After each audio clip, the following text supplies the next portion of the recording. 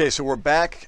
We just touched on briefly about inventory and the shifts in what inventory is going to look like sooner than later. That false value on the pre-owned market right now, over appraising cars to make car deals because the market bears that with the auction reports and the statistics. That's coming to an end sooner than later. I'm not trying to throw a black cloud over anybody's day out there as far as raining on a parade, but that's not the reality. It hasn't been and won't be in the future. It's a temporary scenario.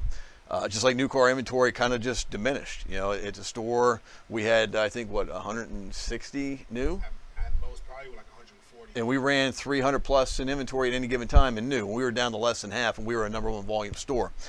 So that all being said, if you're in this business and you're just now getting into this business, and August is now a brand new month with 5 Saturdays plus Labor Days coming up, you're not going to want to waste any time on making sure you capture a market, not on inflated used car prices, not on the inventory being replenished in new cars now, so there's that immediate push back to models that weren't around for the past 30, 45 days, 60 days. That's another false hope of what the business is going to be for you in the future. You have to have a plan of growth. This is a surefire way of growing on a weekly and a monthly basis, year in and year out. This is how professionals make a living. This is how professionals get to 6 figures a year selling cars and dictating that on their own terms, not on the cultural shifts of COVID-19 or cash flow clunkers back in '09 and things of that nature. So follow along. This is what you want to work on in the month of August, and start putting these I don't want to say tactics, but this policy of what you should be doing on a daily basis, the activities you should be doing and cultivating during the course of the week. This is the math right here. It's just math. Keep in mind one thing about the automotive industry. There's personalities everywhere. There's techniques everywhere. There's the tricks of the trade videos all over the place. This is pure math. Numbers don't lie. You do this math, and based on statistics and human nature, the results will be what they will be. It might be actually higher than that because I'm using a lower value of 25% because I don't do math too well, let's say, or English. So in a week's period of time, this is 1 week, right, Chris? Okay, so in a week's period of time, 256 attempted contacts. What that means is a phone call, an email, and a text message to one person. That's a contact, not 3 attempts. That's 1 attempted contact, meaning a contact is a customer. If you do that 256 times and divide it by 5, that's really like 51 and a half, 51 in a 51 in a 20th?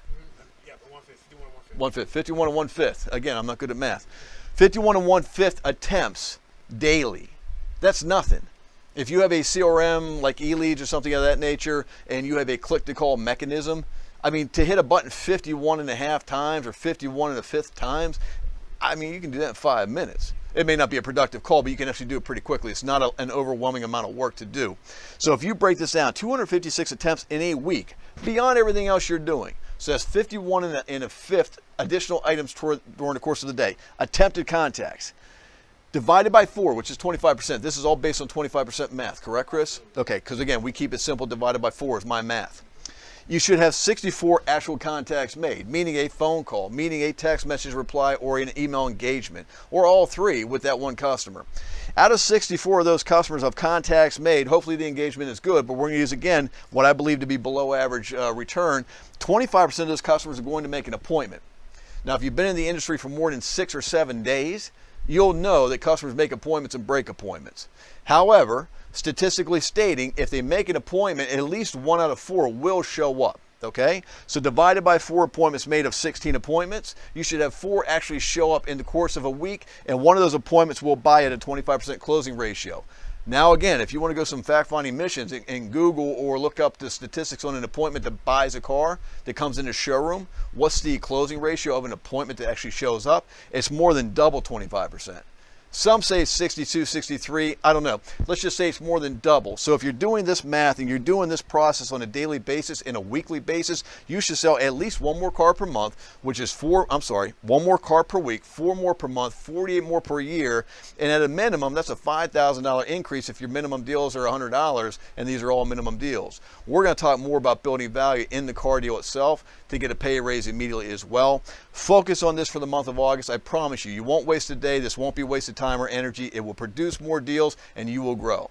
The next thing I want you to focus on for the rest of August and the rest of this year is try to be better at 1% every single day and grow just 1%.